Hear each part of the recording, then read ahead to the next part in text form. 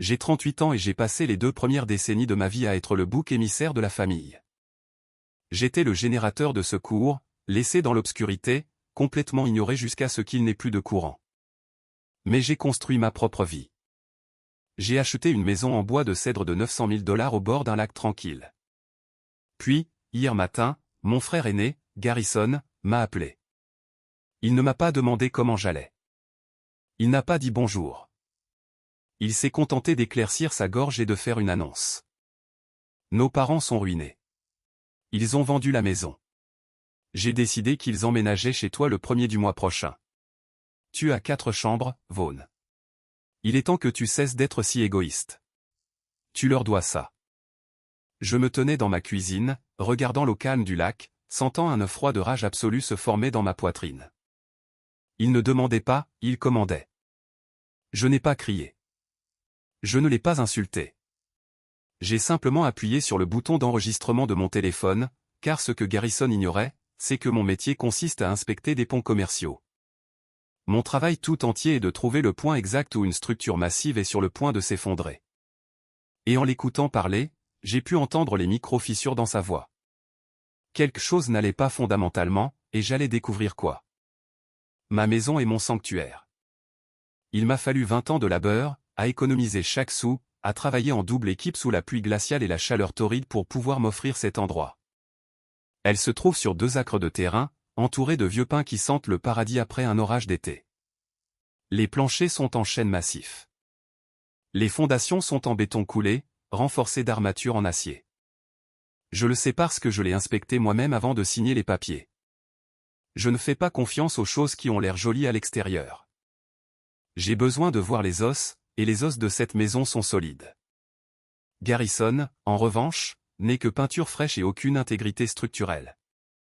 Il a 42 ans, l'enfant prodige incontesté de notre famille. Pendant que je portais des chaussures d'occasion trouées, Garrison recevait de toutes nouvelles baskets de marque. Pendant que je travaillais dans une quincaillerie après l'école pour acheter mon propre manuel de géométrie, mes parents achetaient une voiture de sport à Garrison parce qu'il avait eu un C+ à un examen d'histoire. C'est un type qui se dit entrepreneur en série, ce qui est en réalité une façon polie de dire qu'il lance des entreprises avec l'argent des autres, puis les mène directement dans un mur. Actuellement, il prétend être le PDG d'une salle de sport franchisée.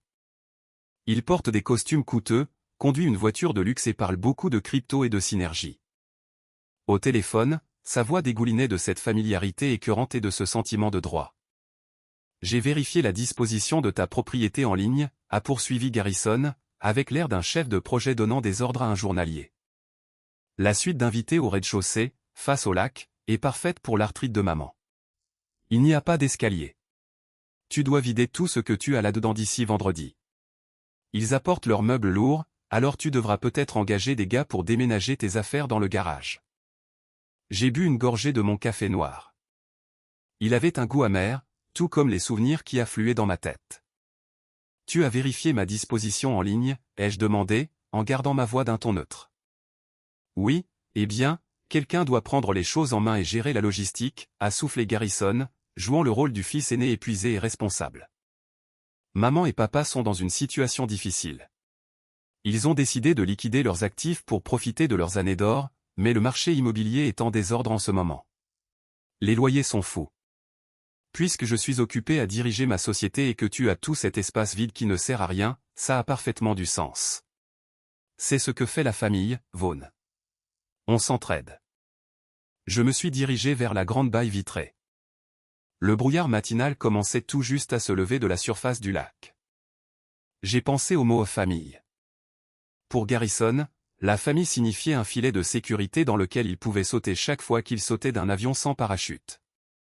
Pour moi, la famille signifiait les personnes qui m'avaient poussé hors de l'avion en premier lieu. Ils ont vendu leur maison, ai-je demandé lentement. Oui, Vaughn. Suis un peu, a claqué Garrison. Je t'enverrai le temps d'arrivée estimé du camion de déménagement. Ne rends pas les choses difficiles. Pour une fois dans ta vie, fais ce qu'il faut et sois un bon fils. Je dois retourner à une réunion du conseil d'administration. Il a raccroché juste comme ça. Pas de discussion, aucune limite respectée, juste une décision unilatérale selon laquelle mon sanctuaire allait maintenant être transformé en maison de retraite pour les 2 personnes qui m'avaient émotionnellement abandonné. Mais quelque chose dans son histoire me dérangeait. Mes parents possédaient leur maison, libre de toute dette. Ils avaient remboursé le prêt immobilier il y a 10 ans. Ils avaient une solide pension. Pourquoi vendraient-ils soudainement leur résidence principale sans d'abord trouver un nouveau logement? Cela défiait toute logique financière. Et quand les chiffres du plan ne correspondent pas au test de résistance, quelqu'un ment. Jusqu'où allaient les mensonges? Pour comprendre pourquoi mon pouls battait à mes oreilles, il faut comprendre exactement ce dont j'avais été exclu. Je me suis assis sur mon canapé en cuir et j'ai fermé les yeux, laissant le fantôme de décembre, il y a 20 ans, revenir dans la pièce. J'avais 18 ans. C'était un mardi soir, et la neige tombait en épaisse et lourde couche devant la fenêtre de ma chambre d'enfant. J'étais assis sur mon lit jumeau bon marché, étudiant pour mes examens finaux. Je venais d'être accepté dans un programme d'ingénierie d'une université d'État. J'étais terrifié, mais j'étais fier. Mon grand-père, un homme qui comprenait réellement la valeur du travail acharné, avait laissé un fonds fiduciaire spécifiquement pour mes études universitaires. Ce n'était pas une fortune, mais c'était exactement 15 000 $, assez pour couvrir mes 2 premières années de scolarité si je vivais incroyablement chichement. La porte de ma chambre s'est ouverte sans frapper. Ma mère, Blé, se tenait là. C'était une femme qui avait toujours l'air parfaitement apprêtée pour les voisins. Mais à huis clos, son visage était perpétuellement tendu d'anxiété pour son fils préféré. Elle n'a pas regardé mes manuels. Elle n'a pas posé de questions sur mes examens. Elle s'est juste dirigée vers mon bureau et a déposé un morceau de papier devant moi. « Signe ça », a-t-elle dit. Sa voix ne demandait pas. J'ai baissé les yeux sur le document. C'était un formulaire d'autorisation de retrait pour le compte fiduciaire. « C'est pourquoi, maman ?» ai-je demandé, mon estomac tombant instantanément. « Garrison a une incroyable opportunité d'affaires », a dit Blé, agitant la main d'un geste dédaigneux, comme si mon éducation était un passe-temps trivial. Il ouvre un café haut de gamme en centre-ville. Il a juste besoin d'un peu plus de capital pour obtenir le bail. Ton père et moi sommes d'accord que, puisque tu peux facilement contracter des prêts étudiants, il est plus logique d'investir cet argent dans l'entreprise de ton frère. Il te remboursera avec intérêt une fois que ça décollera. Je l'ai regardé fixement. Garrison avait 22 ans à l'époque. Il avait déjà abandonné l'université, détruit 2 voitures et dilapidé son propre héritage dans une tentative ratée de devenir promoteur de club. Non, ai-je dit. C'était la première fois de ma vie que j'utilisais ce mot avec elle. C'est mon argent pour l'université, maman. Grand-père l'a laissé pour moi, pas pour le café de Garrison. La température de la pièce a chuté. Les yeux de Blé se sont rétrécis. Pardon? Je ne le signe pas, ai-je dit, mes mains tremblant. Il va tout perdre, comme il le fait toujours. C'est à ce moment-là que mon père, Orson, est entré dans la pièce. Il avait écouté depuis le couloir. C'était un homme grand, prompt à la colère, surtout quand quelqu'un osait remettre en question l'enfant prodige.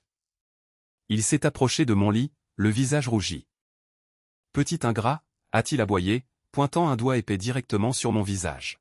« Ton frère essaie de construire un héritage pour cette famille, et tu es assis ici, complètement égoïste.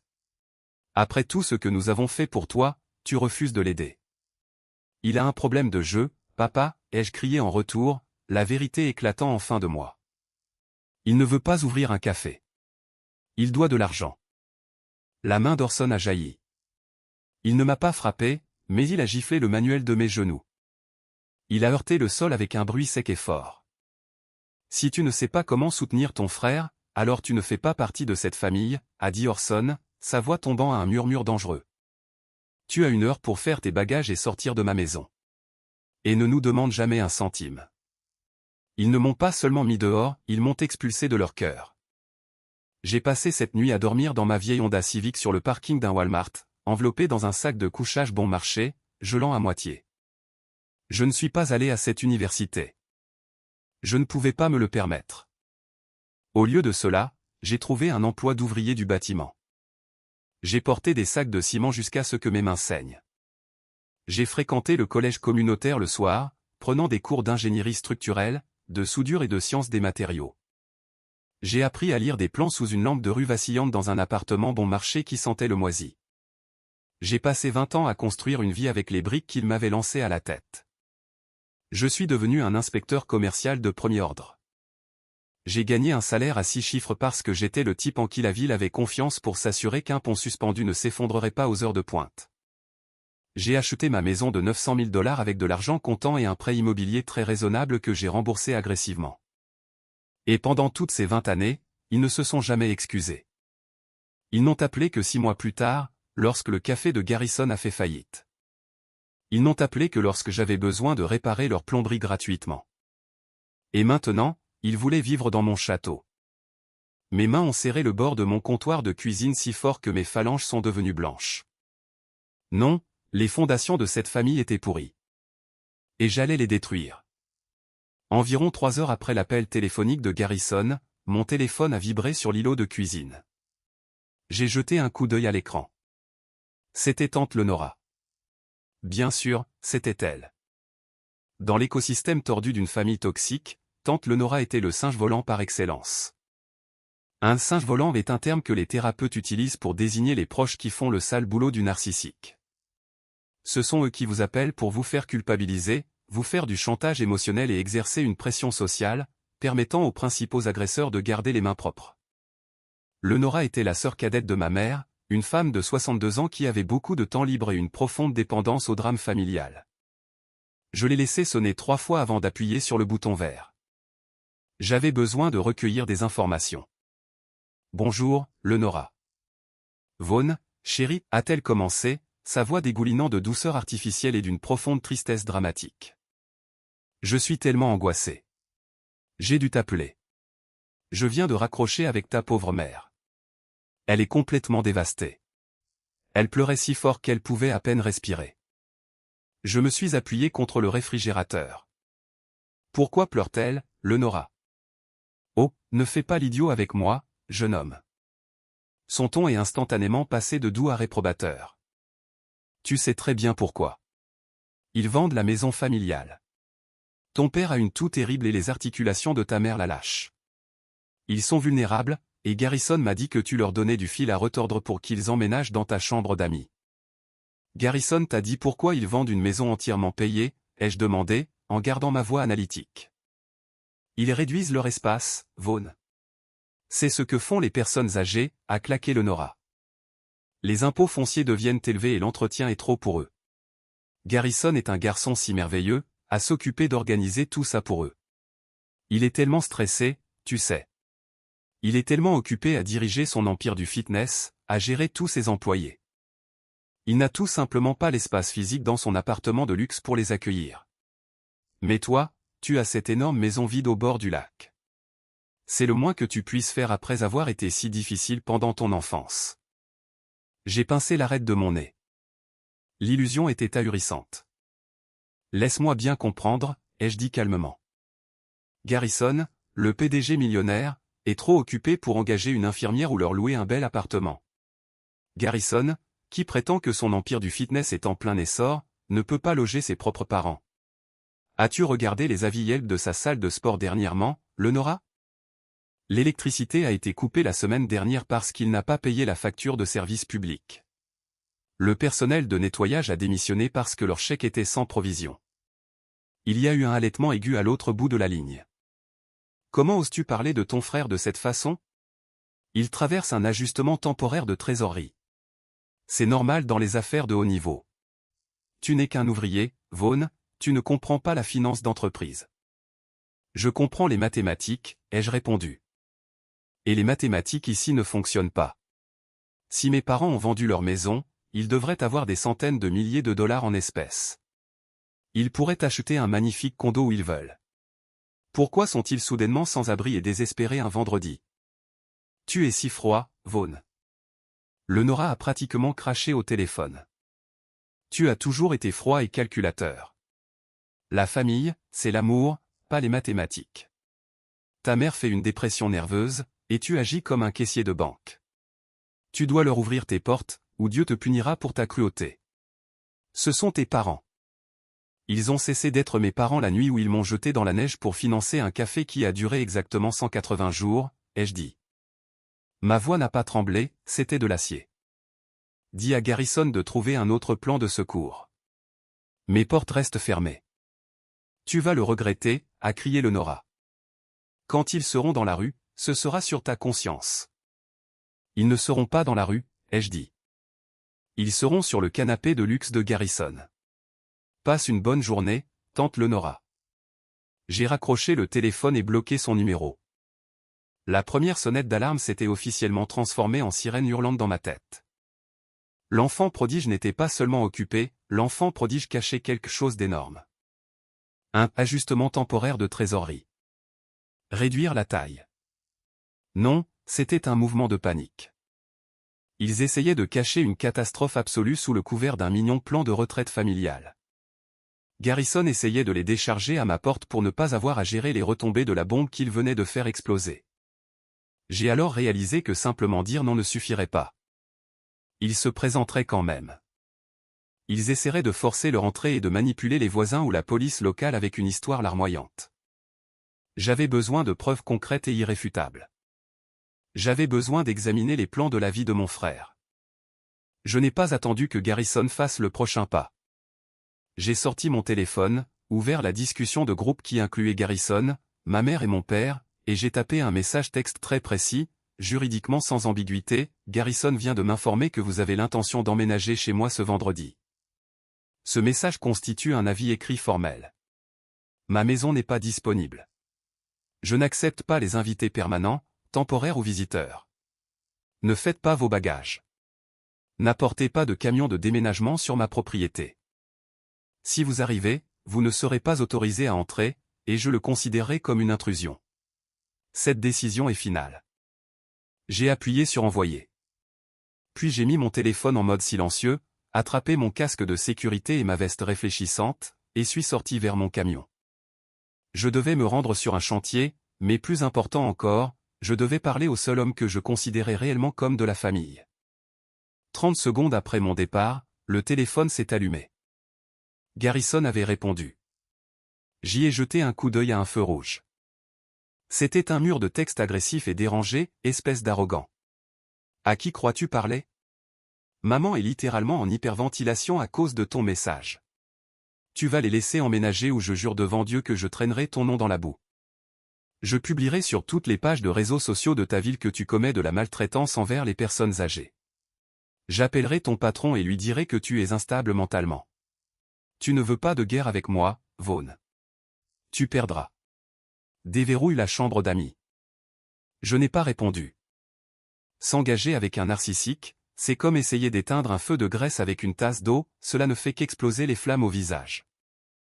J'ai traversé la ville jusqu'à un projet massif de viaduc autoroutier. L'air sentait le diesel et l'asphalte chaud.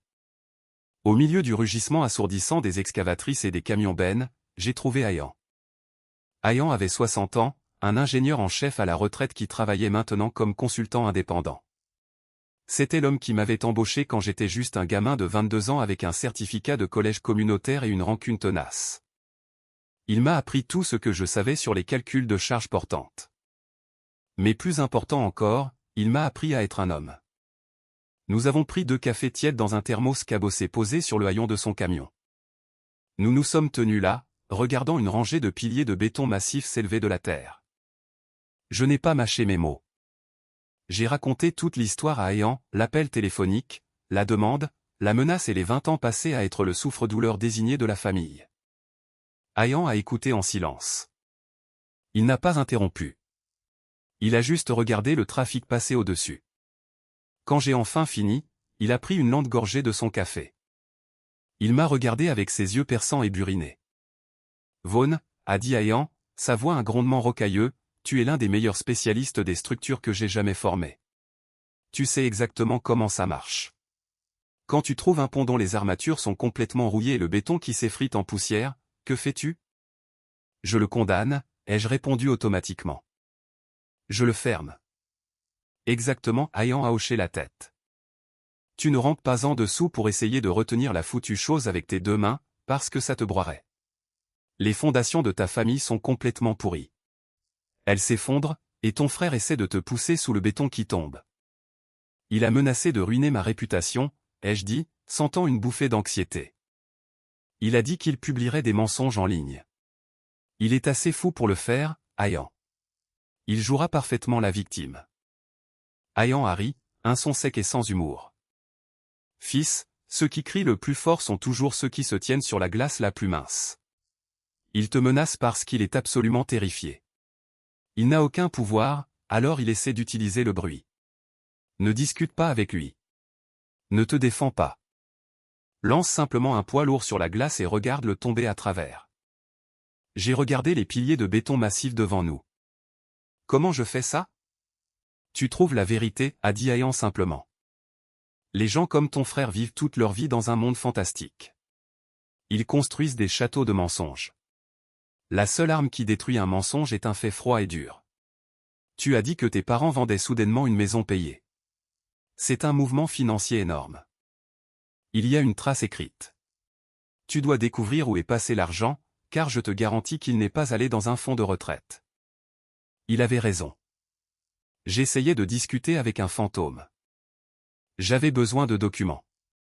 J'avais besoin de chiffres. Garrison pensait qu'il jouait aux échecs, déplaçant des pions sur l'échiquier. Il ne réalisait pas que je n'étais pas du tout sur l'échiquier. J'étais celui qui construisait la boîte de verre dans laquelle il allait s'enfermer. J'ai remercié Ayan, suis remonté dans mon camion et j'ai passé un appel à un homme qui ne se souciait pas des sentiments familiaux. Il ne se souciait que des relevés bancaires. Thatcher n'était pas un détective privé qui se cachait dans les buissons pour prendre des photos de conjoints infidèles. Thatcher était un ancien auditeur de l'IRS de 55 ans qui travaillait maintenant comme enquêteur financier légiste indépendant. C'était le type que vous embauchiez lorsqu'un partenaire commercial détournait de l'argent par le biais de sociétés écrans ou lorsque vous aviez besoin de trouver des actifs cachés lors d'un divorce d'entreprise brutal. Il travaillait depuis un petit bureau désordonné au-dessus d'un restaurant sur le mauvais côté de la ville. L'endroit sentait constamment le café noir assis, l'ozone des ordinateurs en surchauffe et le vieux papier. Je suis entré dans son bureau le mercredi matin, 2 jours avant l'invasion imminente. Thatcher n'a pas levé les yeux de ses 2 écrans. Il mâchait agressivement un morceau de chewing-gum à l'amande poivrée. Vaughn, a-t-il grogné. Assieds-toi. Déplace les dossiers. J'ai ramassé une pile de chemises en carton et me suis assis sur la chaise en cuir qui grinçait en face de son bureau. J'ai besoin que vous enquêtiez sur mon frère, Garrison, et mes parents, Orson et Blay, ai-je dit. Ils affirment réduire leur espace et liquider une propriété entièrement payée. Mais mon frère essaie désespérément de les forcer à vivre chez moi immédiatement. J'ai besoin de connaître le statut juridique et financier exact de leur propriété, et j'ai besoin de connaître la santé des entreprises de mon frère au cours des 24 derniers mois. Thatcher a finalement cessé de taper et m'a regardé. Ses yeux étaient des sacs d'épuisement permanents, mais ils étaient perçants. Affaire de famille, a-t-il soupiré, faisant éclater son chewing-gum. Toujours les plus désordonnés. Le sang pousse les gens à faire des choses stupides avec l'argent. Tu veux une trace complète des actifs, l'historique des titres de propriété, les dossiers des tribunaux civils et des vérifications des privilèges. Tout, ai-je dit, faisant glisser une enveloppe contenant une avance et de l'argent sur le bureau. J'en ai besoin rapidement, Thatcher. Ils sont censés arriver vendredi matin. Thatcher a empoché l'enveloppe sans la compter. Les registres publics sont rapides. Les relevés bancaires nécessitent des assignations, que je n'ai pas, mais les gens qui se noient laissent généralement de très grandes ondulations très publiques à la surface. Je vous appellerai quand j'aurai la forme de l'eau. Les 48 heures suivantes ont été angoissantes. Je suis allé travailler. J'ai inspecté des poutres en acier. J'ai signé des rapports de conformité de sécurité, mais mon esprit bourdonnait d'adrénaline. Mon téléphone n'arrêtait pas de sonner. Ma mère m'a envoyé un long mémo vocal en larmes sur la façon dont elle ne pouvait pas dormir, comment son cœur se brisait parce que son propre fils l'abandonnait en son temps de besoin. Garrison m'a envoyé une photo d'une confirmation de location de camion de déménagement. Il ignorait complètement ma limite, pariant sur le fait qu'une fois qu'ils seraient physiquement sur mon allée avec leur carton, la convention sociale et la culpabilité me forceraient à les laisser entrer. C'est une tactique classique des abuseurs, créer une scène publique sous haute pression pour que la victime se conforme juste pour éviter l'embarras. Je n'ai répondu à aucun d'eux. J'ai juste attendu. Le jeudi soir, à 18h30 exactement, mon téléphone a sonné. C'était Thatcher. Il n'a pas dit bonjour. Vaughn, tu dois venir à mon bureau tout de suite, a dit Thatcher, sa voix était complètement dépourvue d'émotion, ce qui la rendait d'une certaine manière terrifiante. Tu ne vas pas croire ce que ton frère a fait. J'ai conduit plus vite que la limite légale, mes mains serrant le volant assez fort pour laisser des marques. Je me suis garé derrière le restaurant et j'ai monté les escaliers arrière 2 par 2. J'ai poussé la porte du bureau de Thatcher. La climatisation ronronnait fort. Thatcher se tenait près d'une imprimante laser bon marché, collationnant une épaisse pile de papier dans un dossier jaune. Il ne m'a pas salué. Il s'est juste dirigé vers son bureau, a claqué le dossier et a fait glisser une seule feuille de papier imprimée sur le bois Stratify bon marché.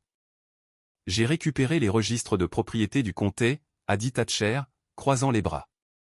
Tes parents n'ont pas vendu leur maison. J'ai froncé les sourcils, regardant le bloc dense de texte juridique sur la page. Qu'est-ce que vous voulez dire, ils ne l'ont pas vendu? Garrison a dit que le marché immobilier. Garrison est un menteur, a interrompu Thatcher d'une voix douce. Ils n'ont pas vendu la maison, Vaughn. La banque l'a prise. Elle a été saisie.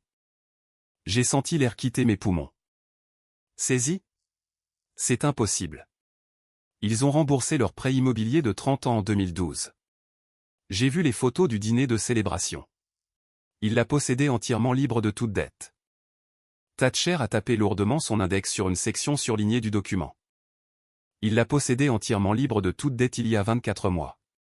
C'est à ce moment-là qu'Orson et Blay ont signé un accord hypothécaire secondaire massif. Ils ont mis en gage tout le capital de leur maison payée pour garantir un prêt commercial. J'ai fixé les chiffres. Ils ont commencé à se brouiller. Je ne pouvais pas comprendre ce que je lisais. Un prêt commercial pourquoi? Thatcher a tourné la page suivante.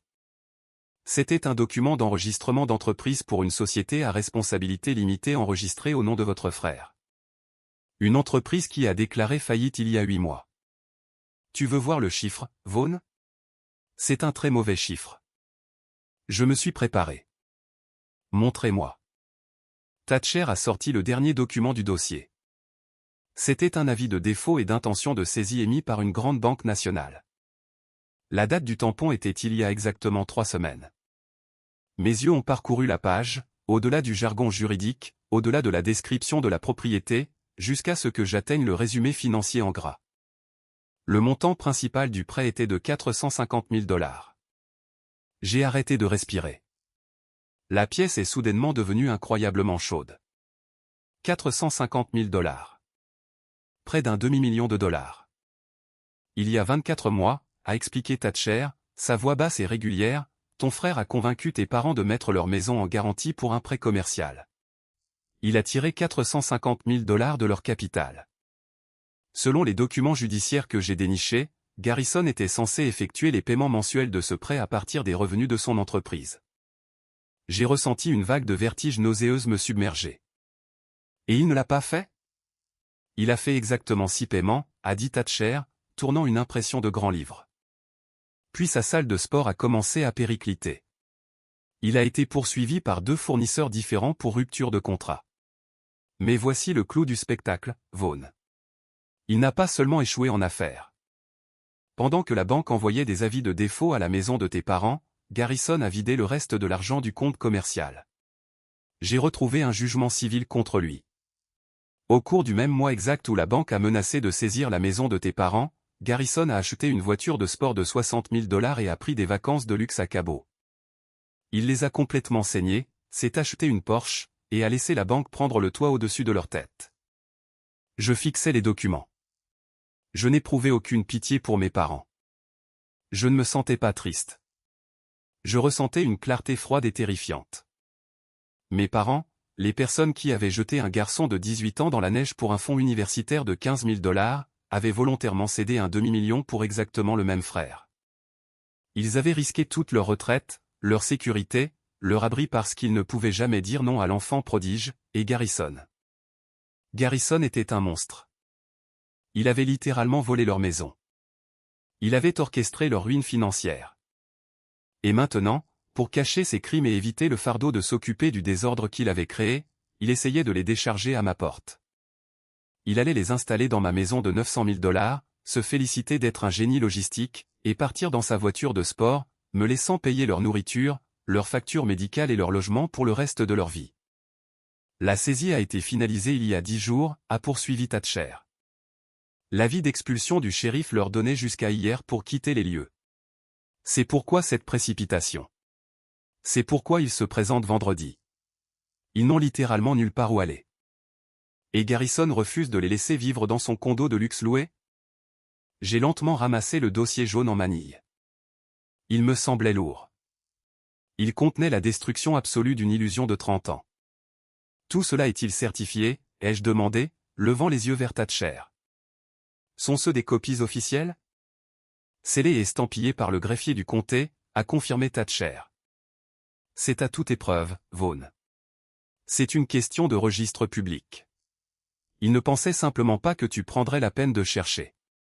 Des gens comme ton frère comptent sur le fait que les membres de la famille sont généralement trop polis ou trop traumatisés pour faire les calculs. Je suis inspecteur structurel, ai-je murmuré, un sourire sombre et sinistre se répandant sur mon visage. Je fais toujours les calculs. J'ai remercié Thatcher, lui ai serré la main et suis sorti dans l'air frais de la nuit. La rage que j'avais ressentie plus tôt dans la semaine avait complètement disparu. À sa place, une détermination glaciale absolue. Garrison pensait qu'il allait me prendre en embuscade vendredi matin. Il pensait qu'il allait utiliser la pression sociale et les larmes parentales pour briser mes portes. Il pensait que j'étais toujours cet adolescent effrayé debout dans la neige avec un sac de sport. Il n'avait aucune idée à qui il avait affaire. Je n'ai pas dormi cette nuit-là. Je me suis assis à mon îlot de cuisine avec le dossier jaune en manille, mémorisant les dates, les chiffres, les signatures. J'ai préparé ma maison. Je n'ai pas rangé la chambre d'amis. Je n'ai pas engagé de déménageur. Je me suis simplement assuré que l'allée était dégagée, la pelouse tondue et la porte d'entrée bien verrouillée. J'allais organiser une fête de bienvenue, et j'allais leur servir la vérité la plus crue qui soit. Le garçon en or allait être réduit en cendres. Si vous vous êtes retenu de respirer pendant cette enquête, merci de soutenir la chaîne. Prenez une seconde pour appuyer sur le bouton j'aime, abonnez-vous, et laissez un commentaire pour me dire de quelle ville ou de quel pays vous regardez en ce moment. Chaque interaction aide à pousser ces histoires à plus de personnes qui ont besoin de les entendre. Le vendredi matin est arrivé avec une épaisse couche de nuages gris suspendus bas au-dessus du lac. L'air était lourd et froid, le genre de temps qui s'infiltre dans les os et fait souffrir les articulations. Je me suis réveillé à 5 heures du matin. Je n'avais pas besoin de réveil. Mon indicateur interne était déjà dans le rouge. J'ai fait un pot de café torréfié foncé, les versé dans une lourde tasse en céramique, et suis sorti sur mon porche. Ma maison de 900 000 $ était parfaitement immobile dans la brume matinale. Le bardage en cèdre semblait sombre et riche sur le ciel gris. La pelouse avant était impeccablement entretenue. C'était une forteresse de paix, et je montais la garde aux portes, attendant l'armée envahissante. Je n'ai pas eu à attendre longtemps. À exactement 8h30 du matin, le son rauque et strident d'un lourd moteur diesel a brisé le silence de mon quartier. J'ai regardé un camion de déménagement loué et délabré dévaler mon allée privée. Il était suivi de près par un élégant SUV de luxe noir. Le convoi s'est arrêté juste au bord de mon allée immaculée et s'est garé. Je me tenais sur la dernière marche de mon Porsche, tenant ma tasse de café dans une main et le dossier jaune en manille dans l'autre. Je portais mes lourdes bottes de travail, un jean épais en dénime et une chemise en flanelle. Je ressemblais exactement à ce que j'étais, un homme qui travaillait, debout sur sa propre propriété. Les portes du SUV se sont ouvertes en premier. Garrison en est sorti, portant un costume bleu marine parfaitement taillé et des lunettes de soleil miroir. On aurait dit qu'il était sur le point de monter sur un yacht pour une retraite d'entreprise, pas d'aider ses parents âgés à emménager dans une chambre d'amis. Il a ajusté sa cravate en soie, a levé les yeux vers ma maison et a laissé échapper un sifflement bas. C'était la première fois qu'il voyait ma propriété en personne. Je pouvais voir le calcul avide dans ses yeux. Derrière lui, les portes arrière se sont ouvertes et mes parents en sont sortis. J'ai failli ne pas les reconnaître. Orson, qui avait toujours été une figure massive et imposante d'autorité absolue, semblait dégonflé. Ses épaules étaient affaissées, son visage pâle et marqué par une profonde fatigue. Blé, qui passait 3 heures à se préparer juste pour aller à l'épicerie, portait un jogging et un cardigan trop grand. Elle avait l'air incroyablement fragile. Il ressemblait à deux personnes qui venaient de survivre à un naufrage. Garrison ne s'est pas donné la peine de les aider à sortir de la voiture. Il s'est immédiatement dirigé vers le camion de déménagement et a commencé à aboyer des ordres aux deux jeunes hommes dans la cabine. « Bon, écoutez bien », a crié Garrison, claquant des mains comme un entraîneur de football américain. « Nous sommes serrés par le temps. Je veux que les cartons lourds soient déchargés en premier. Emmenez-les directement par la porte d'entrée et le long du couloir principal jusqu'à la suite d'amis. Faites attention aux murs, cet endroit coûte cher. » Les déménageurs ont hoché la tête et ont commencé à relever la porte arrière du camion. Garrison a finalement tourné son attention vers moi. Il a remonté le chemin de pierre menant à mon Porsche. Un sourire suffisant et arrogant plaqué sur son visage. Il a complètement ignoré le message texte que je lui avais envoyé 2 jours auparavant. Il jouait à son jeu préféré, la conformité forcée par la pression publique. « Tu vois, Vaughn », a lancé Garrison, écartant les bras. « Je savais que tu n'allais pas réellement fermer la porte à ton propre sang. Être un bon frère n'est pas si difficile une fois que tu arrêtes d'être si têtu. Entre et assure-toi que la chambre d'amis est vide. Maman est épuisée et elle a besoin de s'allonger immédiatement. » Je n'ai pas bougé. J'ai pris une lente gorgée de mon café. J'ai regardé son costume cher, ses chaussures polies et sa voiture de luxe louée. Puis j'ai regardé au-delà de lui, là où mes parents se tenaient près du SUV, serrant de petits sacs de nuit, regardant partout sauf directement vers moi. Ils avaient honte, mais pas assez honte pour empêcher cela de se produire. « Je t'ai dit que la maison était fermée, Garrison », ai-je dit. Ma voix n'était pas forte, mais elle portait parfaitement dans l'air frais du matin. Garrison a laissé échapper un long soupir théâtral, roulant des yeux derrière ses lunettes de soleil miroir. Il s'est légèrement tourné pour que les déménageurs puissent l'entendre. « Allez, Vaughn. Arrête de faire un caprice. Tu as 38 ans. Agis comme un homme. Nous sommes une famille, et la famille s'entraide. Maintenant, écarte-toi et laisse les gars faire leur travail. J'ai un déjeuner très important en ville et j'ai besoin que ce soit réglé. » Il a monté les marches, l'intention de me dépasser et d'ouvrir ma porte d'entrée. Il pensait que j'allais simplement céder. Il pensait que j'allais me recroqueviller, comme je le faisais quand j'étais adolescent. Il a tendu la main vers la poignée en laiton. J'ai déplacé mon poids, me plaçant directement sur son chemin. J'ai heurté son torse de mon épaule, l'arrêtant net. Il a trébuché en arrière, ses lunettes de soleil miroir glissant sur son nez. « La maison est fermée », ai-je répété, ma voix baissant d'une octave. J'ai posé ma tasse de café sur la balustrade du Porsche et j'ai serré le dossier jaune en manille. « Dites à vos gars de fermer le camion. » Le visage de Garrison est devenu rouge de colère. Il a rapidement relevé ses lunettes de soleil et a bombé le torse, essayant de reprendre sa dominance physique. « Qui diable penses-tu pousser » a-t-il grogné, abandonnant complètement l'attitude de frère amical. « Tu vas ouvrir cette porte tout de suite ou j'appelle la police et je leur dis que tu refuses de fournir un abri d'urgence à tes parents âgés. Je détruirai ta réputation dans cette ville. » J'ai regardé au-delà de lui et j'ai levé ma main droite, signalant aux 2 déménageurs qui tenaient une lourde commode en chaîne sur la rampe du camion. « Attendez une seconde, les gars, leur ai-je crié. Posez ça. Vous n'apportez rien à l'intérieur. » Les déménageurs ont échangé un regard confus et ont soigneusement déposé la commode sur la rampe métallique. Ils se sont essuyés le front et se sont reculés, sentant clairement le drame familial radioactif émanant de mon Porsche. Orson et Blé ont finalement avancé en traînant les pieds. Les mains de ma mère tremblaient alors qu'elle serrait son sac à main. « Vaughn, s'il te plaît », a gémi Blé, sa voix se brisant. « S'il te plaît, ne fais pas ça. Nous sommes si fatigués. Nous faisons nos cartons depuis des jours. Nous avons juste besoin d'un endroit pour nous reposer. Garrison a tout arrangé pour nous. S'il te plaît, sois raisonnable. » Raisonnable, ai-je répété. J'ai regardé la femme qui m'avait exigé de renoncer à mon avenir pour financer les habitudes de jeu de Garrison. J'ai ouvert le dossier jaune en manille.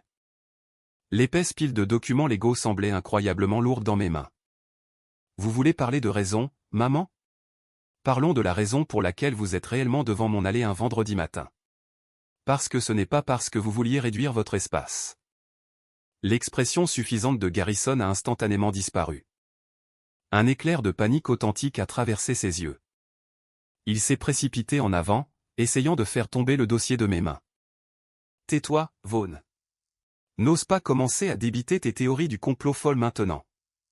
J'ai facilement esquivé sa prise maladroite et l'ai repoussé dans les escaliers avec une forte poussée sur son épaule. Il a trébuché et a failli tomber dans les buissons. Garde tes mains loin de moi, ai-je averti, ma voix résonnant comme un coup de tonnerre. J'ai reporté mon attention sur les déménageurs, les voisins qui commençaient à regarder par leurs fenêtres, et mes parents. J'ai sorti le premier document avec le tampon rouge du greffier du comté. J'ai engagé un enquêteur financier légiste, ai-je annoncé à haute voix, m'assurant que chaque syllabe était claire. Je voulais savoir pourquoi mes parents, qui ont remboursé leur prêt immobilier de 30 ans il y a plus de 10 ans, étaient soudainement sans abri. Et voici ce que j'ai trouvé. J'ai brandi l'avis de saisie. Il y a 2 ans, ai-je lu directement du texte surligné, Orson et Blay ont signé un prêt hypothécaire commercial secondaire, mettant en gage tout le capital de leur maison. Le montant principal du prêt était de 450 000 $. Le bénéficiaire de ce prêt commercial était une SARL enregistrée au nom de Garrison. Blay a laissé échapper un petit halètement étouffé. Le visage d'Orson a pris la couleur de la cendre humide. Il m'a regardé, sa mâchoire légèrement pendante, complètement paralysée. Garrison se relevait en catastrophe, sa veste de costume chair couverte de terre. « Tu mens » a-t-il crié, sa voix se brisant hystériquement. « Ce sont des faux. Tu as imprimé ces ordures sur Internet pour m'humilier. Ne l'écoute pas, maman. » Je l'ai complètement ignoré et j'ai continué à lire les chiffres froids et durs. Le prêt est en défaut depuis plus de 8 mois. Le montant total dû, y compris les pénalités et les intérêts, est de 450 000 $. La banque a émis un avis final de saisie il y a 3 semaines. L'expulsion du shérif a été exécutée hier. C'est pourquoi ils sont ici, non pas parce qu'ils voulaient déménager, mais parce que la banque les a mis à la porte. Le silence qui a suivi était absolu. Le seul son était le vent bruissant à travers les pins. Les 2 déménageurs regardaient Garrison avec un dégoût non dissimulé. Même les voisins d'en face étaient sortis sur leur porche pour écouter. Garrison haletait lourdement. L'enfant prodige était complètement dépouillé de son armure. Pendant 38 ans, il avait opéré dans l'ombre, protégé par la dévotion aveugle de mes parents. Maintenant, il se tenait en plein jour, nu et exposé. Orson a finalement retrouvé sa voix. Elle était faible et tremblante. Vaughn, c'était juste un contretemps temporaire. Garrison nous l'a expliqué. L'économie a changé. Il restructure l'entreprise. Il va rembourser la banque. Nous avons juste besoin de rester ici quelques semaines jusqu'à ce que le capital se débloque. J'ai regardé mon père. L'homme qui m'avait autrefois terrifié avec sa voix retentissante semblait maintenant juste pathétique. Il essayait toujours de défendre le parasite qui le saignait à blanc. Il s'accrochait toujours à l'illusion de l'enfant prodige, même en se tenant sans abri sur mon allée. Il ne restructure rien, papa, ai-je dit doucement, la pitié s'insinuant dans ma voix malgré mes efforts. Et il ne va pas rembourser la banque. Laisse-moi te montrer ce qu'il a réellement fait avec votre argent. J'ai cherché dans le dossier le 2e document. Celui qui allait réduire l'illusion en cendres pour toujours. Vaughn, arrête, a crié Garrison. Ce n'était plus un cri de colère, mais le gémissement désespéré d'un animal acculé. Il a fait un pas frénétique vers le porche, mais je lui ai lancé un regard froid et mort qui l'a figé sur place. J'ai sorti le grand livre des transactions bancaires que Thatcher avait obtenu. Il était long de dizaines de pages, mais j'avais plié la page la plus importante devant. Pendant que vous receviez des lettres de la banque menaçant de prendre votre maison, ai-je dit, en regardant directement ma mère, Garrison a drainé le reste de l'argent du compte du prêt commercial. Il ne l'a pas remis dans l'entreprise. Il n'a pas essayé de sauver votre maison. C'est beaucoup. Garrison a interrompu, tapant littéralement du pied sur l'allée comme un enfant en bas âge. J'avais des frais généraux. J'avais des litiges avec les fournisseurs. Tu ne sais pas comment fonctionnent les affaires, espèce d'ouvrier du bâtiment stupide. J'ai lu à voix haute la ligne surlignée, virement de 60 000 $ vers un compte courant personnel. La semaine suivante, un chèque de banque a été émis de ce compte personnel à un concessionnaire automobile de luxe. Il a acheté une Porsche. Maman, pendant que la banque changeait les serrures de la maison où vous avez vécu pendant 30 ans, votre fils achetait une voiture de sport et faisait des voyages au Mexique. Il vous a laissé vous noyer pour pouvoir continuer à faire semblant d'être riche. Les genoux de blé ont simplement lâché. Elle s'est effondrée sur l'herbe impeccablement tondue de ma pelouse, laissant échapper un hurlement horrible et déchirant. Ce n'était pas seulement des pleurs, c'était le son d'une âme humaine qui se brisait en deux. Elle a enfoui son visage dans ses mains, se balançant d'avant en arrière sur la pelouse. Orson n'a même pas essayé de l'aider à se relever. Il est resté là, regardant fixement l'allée, sa poitrine se soulevant alors qu'il essayait de réaliser que toute sa vie était partie, volée par le fils qu'il adorait. L'illusion était brisée. Le garçon en or n'était qu'un simple voleur en costume bon marché, et les parents qui l'avaient permis regardaient enfin directement le monstre qu'ils avaient passé toute leur vie à construire. Garrison a regardé autour de lui frénétiquement. Les déménageurs secouaient la tête. Les voisins regardaient. Il n'y avait plus nulle part où courir. « Tu as tout ruiné » m'a-t-il crié, pointant un doigt tremblant. « C'est ta faute. Tu m'as toujours détesté. Tu as planifié ça pour détruire notre famille. » « Je n'ai pas volé 450 000 $, Garrison, ai-je dit doucement. C'est toi. Je suis descendu les marches du porche et j'ai contourné mon frère entièrement. Je me suis dirigé droit vers les deux hommes qui se tenaient près du camion de déménagement. J'ai sorti mon portefeuille et j'ai compté 500 $ en billets de 100 $ neufs. J'ai remis l'argent au déménageur principal. « Écoutez-moi attentivement, lui ai-je dit, en gardant un ton respectueux mais ferme. Ce camion ne va pas décharger ici, mais vous devez quand même être payé pour votre temps. Le gars en costume a loué le camion, n'est-ce pas? » Le déménageur a hoché la tête lentement, regardant l'argent dans sa main. « Oui, son nom est sur le contrat. »« Super, ai-je dit. Prenez ces 500 $ supplémentaires. Je veux que vous fermiez le camion, que vous conduisiez à l'adresse indiquée sur son contrat de location, c'est-à-dire son condo de luxe en centre-ville, et que vous déchargiez chaque boîte dans son salon. Ne partez pas avant qu'il ne signe. Ce sont ses parents. C'est sa responsabilité. » Le déménageur a regardé l'argent, a regardé la femme en pleurs sur la pelouse et a regardé le costume minable de Garrison taché de terre. Il a souri sombrement. « Vous avez compris, mon pote. On s'en va. » Il a sifflé son partenaire, et ils ont immédiatement commencé à descendre la porte arrière du camion. Elle s'est refermée avec un lourd bruit métallique qui a résonné dans le quartier calme. Garrison a paniqué. « Attendez, non, vous ne pouvez pas partir. Je ne paie pas les kilomètres supplémentaires. Je n'ai pas de place chez moi, a-t-il crié, poursuivant les déménageurs alors qu'ils montaient dans la cabine. Le déménageur principal a juste baissé sa vitre, a fait vrombir le puissant moteur diesel et a crié en retour, « Voyez ça avec le service client, mon pote ?» Le camion a démarré en secouant, soufflant un nuage de fumée noire au visage de Garrison alors qu'il roulait dans la rue et disparaissait de la vue.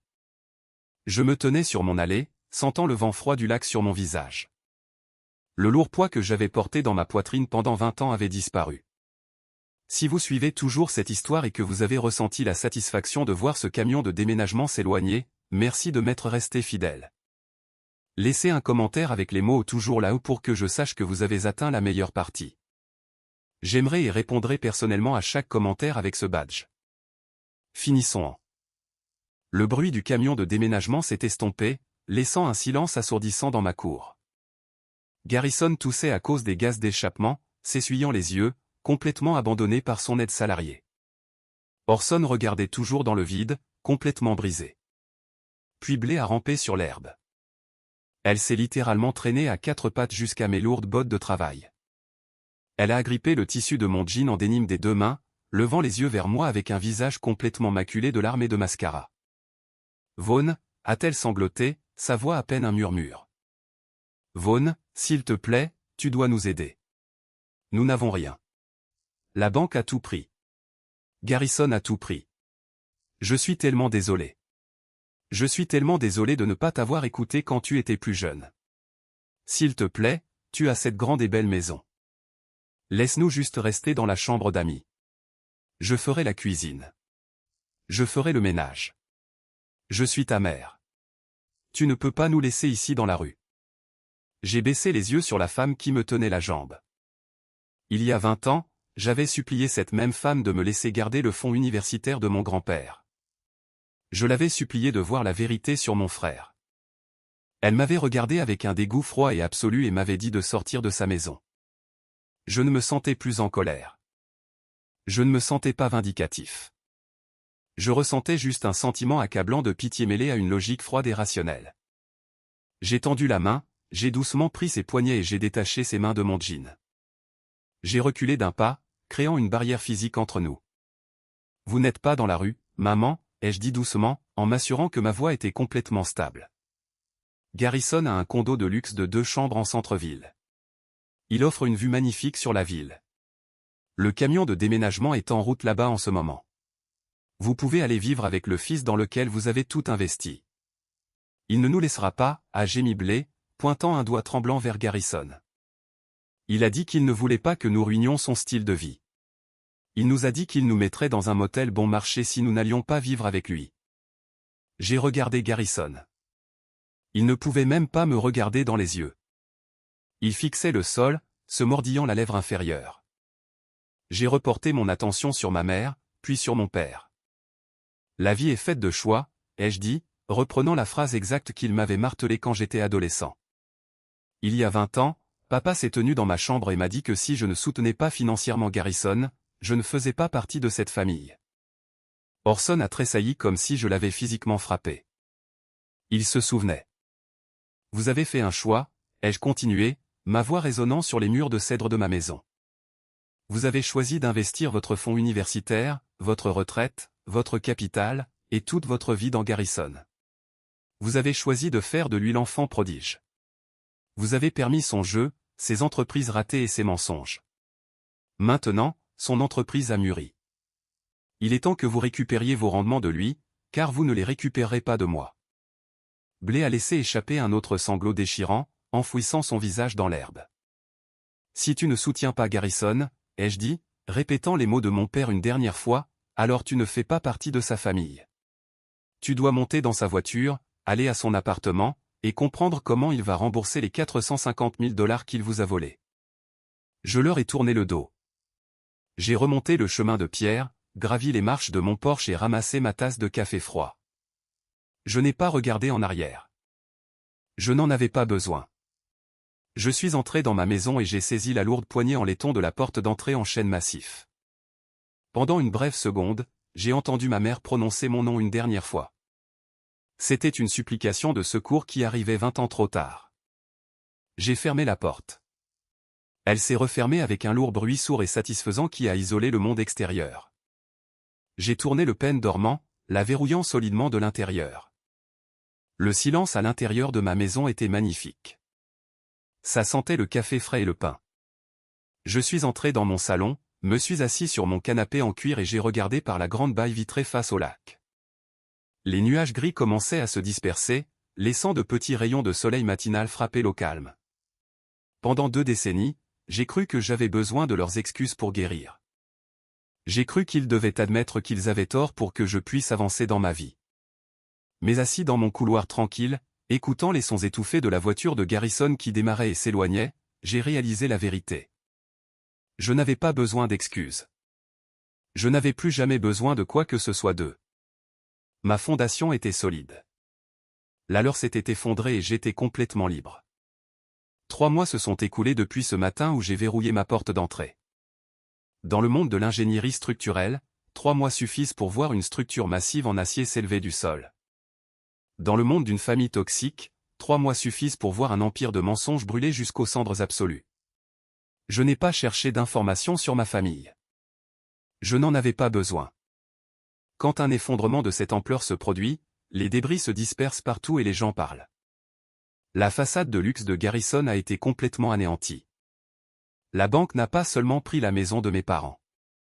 Elle a agressivement poursuivi Garrison pour les fonds manquants. 2 semaines après l'incident de l'allée, il a été officiellement frappé de multiples poursuites civiles de la part de ses anciens fournisseurs et investisseurs pour fraude financière. Sa salle de sport franchisée a été saisie par l'État pour liquider les actifs et payer les salaires impayés à ses employés. Il a été contraint de rompre le bail de son condo de luxe en centre-ville car il ne pouvait pas se permettre le loyer, sans parler des frais juridiques. Il a dû vendre la Porsche à perte massive juste pour empêcher ses avocats de démissionner. Quant à mes parents, la réalité les a frappés avec la force d'un train de marchandises. Ils n'avaient aucune valeur nette, aucune économie et une dette massive attachée à leur nom parce qu'ils avaient co-signé les prêts commerciaux de Garrison. Ils ont fini par devoir louer un petit appartement exigu de 2 chambres dans un complexe délabré du côté industriel de la ville. L'ironie tragique était que, ruinés financièrement, ils ne pouvaient pas se permettre de vivre de manière indépendante. Garrison, complètement fauché et faisant face à une éventuelle peine de prison pour fraude, n'a eu d'autre choix que d'emménager dans ce petit appartement avec eux. J'ai entendu dire par la rumeur qu'Orson, à 68 ans, a dû prendre un emploi de vérificateur de reçus et d'agent d'accueil dans un grand magasin de détail à prix réduit juste pour payer l'épicerie. Sa pension a été lourdement saisie par la banque pour récupérer l'argent du prêt volé. Blé a été forcé de vendre tous les bijoux qui lui restaient pour garder les lumières allumées. Et Garrison, le brillant entrepreneur en série, passait ses journées allongé sur un canapé bon marché dans leur salon, blâmant l'économie, le gouvernement et tout le monde pour ses échecs, pendant que ses parents âgés travaillaient pour un salaire minimum afin de le nourrir. Ils étaient piégés dans une prison de leur propre fabrication. Tante Lenora a tenté de m'appeler exactement une fois au cours de ces 3 mois. J'ai vu son numéro s'afficher sur mon identification d'appel alors que j'étais assis dans mon camion sur un chantier. J'ai laissé la messagerie vocale prendre l'appel. Elle a laissé un message décousu de 5 minutes en pleurant sur la terrible situation, sur la façon dont Orson travaillait debout 10 heures par jour, et sur le fait que c'était mon devoir chrétien d'intervenir et de les sauver de ce cauchemar. Je ne l'ai pas rappelé.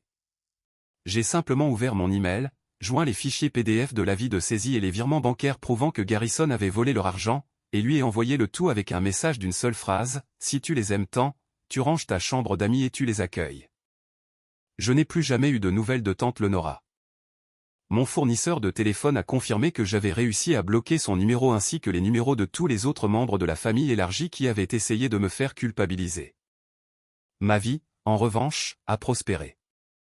Libéré de l'anxiété constante d'être le bouc émissaire de la famille, mon esprit était plus vif que jamais. J'ai détecté un défaut de conception critique dans un grand projet d'extension autoroutière qui a fait économiser des millions de dollars à la ville et a empêché une catastrophe potentielle. La firme d'ingénierie m'a promu directeur régional des inspections. Cela s'accompagnait d'une augmentation de salaire massive et d'un véhicule de fonction. J'ai passé mes week-ends exactement comme je le voulais. J'ai acheté un petit bateau en aluminium et j'ai passé mes samedis matins à pêcher sur le lac derrière ma maison. Le silence de l'eau était la meilleure thérapie que j'aurais jamais pu demander. Je ne me sentais pas coupable. Je n'ai pas perdu une seule heure de sommeil à cause des conditions de vie de mes parents. Certaines structures ne peuvent pas être réparées. La pourriture est trop profonde. La fondation est trop compromise. Il faut simplement les condamner. Mettre une clôture d'avertissement et s'éloigner des décombres. J'ai construit ma maison sur un roc solide et j'allais profiter de la vue. On dit que la famille est tout. La société nous conditionne, dès notre naissance, à croire que le sang est un lien incassable, un contrat sacré que l'on doit honorer quel qu'en soit le coût. Mais parfois, la famille n'est qu'un lourd poids de fer attaché à vos chevilles, vous entraînant au fond du lac. Couper cette corde n'est pas cruel. Ce n'est pas égoïste. C'est l'instinct humain fondamental de survie. J'étais le bouc émissaire de la famille. J'étais celui qu'ils blâmaient pour chaque désagrément. Celui qu'ils négligeaient. Celui qu'ils ont jeté dans la neige glacée quand j'ai osé protéger mon propre avenir. Ils voulaient que j'échoue pour qu'ils puissent se sentir mieux d'avoir investi tout leur amour dans une fraude. Mais je n'ai pas échoué. J'ai construit mon propre château, brique par brique, de mes propres mains. Et quand leur château de papier s'est finalement effondré sous la pluie, ils ont exigé les clés du mien. Je n'ai pas seulement refusé de leur donner les clés, je leur ai montré exactement pourquoi leur château était tombé. Hier matin, j'ai reçu un email à mon adresse professionnelle. Il provenait d'un médiateur nommé par le tribunal, représentant Garrison et mes parents. L'email était une demande formelle de cession de médiation financière familiale. Il indiquait que, compte tenu de mes revenus importants et de mes actifs immobiliers, j'étais en mesure de fournir une allocation financière mensuelle pour empêcher mes parents de glisser sous le seuil de pauvreté. Il suggérait qu'une petite contribution de $3000 par mois atténuerait leur fardeau et aiderait Garrison à se remettre sur pied. Je n'ai pas répondu.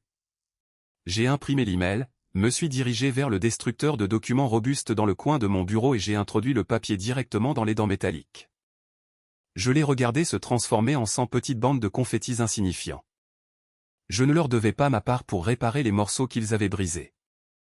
Mais cela laisse une pensée persistante, une que je sais que beaucoup d'entre vous qui regardez pourraient comprendre.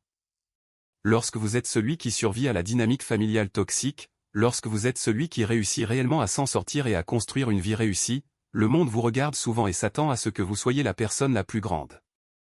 Ils s'attendent à ce que vous pardonniez l'impardonnable simplement parce que vous partagez le même ADN. Alors, je vous soumets ceci, à vous, le public. La lettre du médiateur se trouve quelque part dans une décharge. Mais la question morale demeure, dites-moi, ai-je tort de refuser même de m'asseoir à la table avec eux? Ai-je tort de refuser de leur envoyer un seul dollar de mon argent même si je pourrais facilement me le permettre sans affecter mon mode de vie? Un enfant doit-il être tenu responsable de la ruine financière et émotionnelle causée entièrement par la dévotion aveugle des parents à l'enfant prodige? Je sais où je me tiens. Ma porte est verrouillée et la clé est jetée dans le lac. Mais je veux entendre votre verdict. Merci d'avoir parcouru ce chemin avec moi. Si vous avez déjà été le bouc émissaire qui a dû construire son propre château pendant que les favoris brûlaient le leur, je veux entendre votre histoire. Partagez vos expériences dans les commentaires ci-dessous.